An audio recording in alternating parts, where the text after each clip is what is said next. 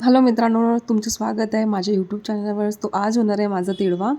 तर तिळवा आपण सगळ्यांना माहिती आहे, मराठी संस्कृतीमध्ये तिळवा हा लग्नानंतरचा सगळ्यात पहिला कार्यक्रम असतो.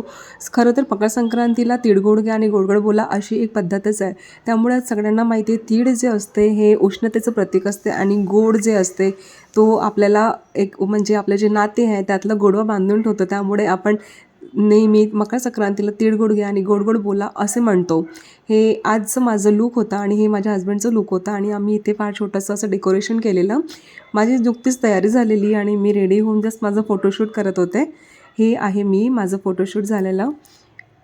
इथे मी अलग अलग प्रकारचं इकडे पोज देत होते आणि खूप छान असं माझा प्रोग्राम झालेला. म्हणजे मी एक्सपेक्ट नव्हतं केलं इतकं छान असा प्रोग्राम झाला. मग तुम्हा सगळ्यांना रिच्युअल्स माहिती असेल. इथे ह्या माझ्या मोठ्या ताई आहेत, त्या आम्हा दोघांना ओवाळून घेतात आणि हळदी कुंकू लावून घेतलं. त्याचप्रकारे अशा 5 बायांनी सुद्धा आम्हाला ओवाळून घेतले आणि हळदी कुंकू लावून घेतलेलं.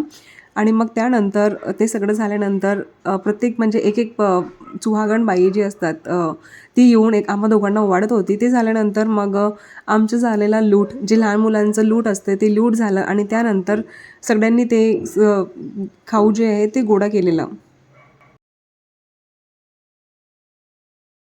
A few moments later.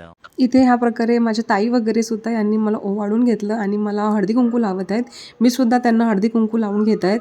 हे सगळं झाल्यानंतर त्यांनी आमच्या अंगावर जे गाजर, शेंगा, गहू अशा प्रकारचे मिश्रण करतात.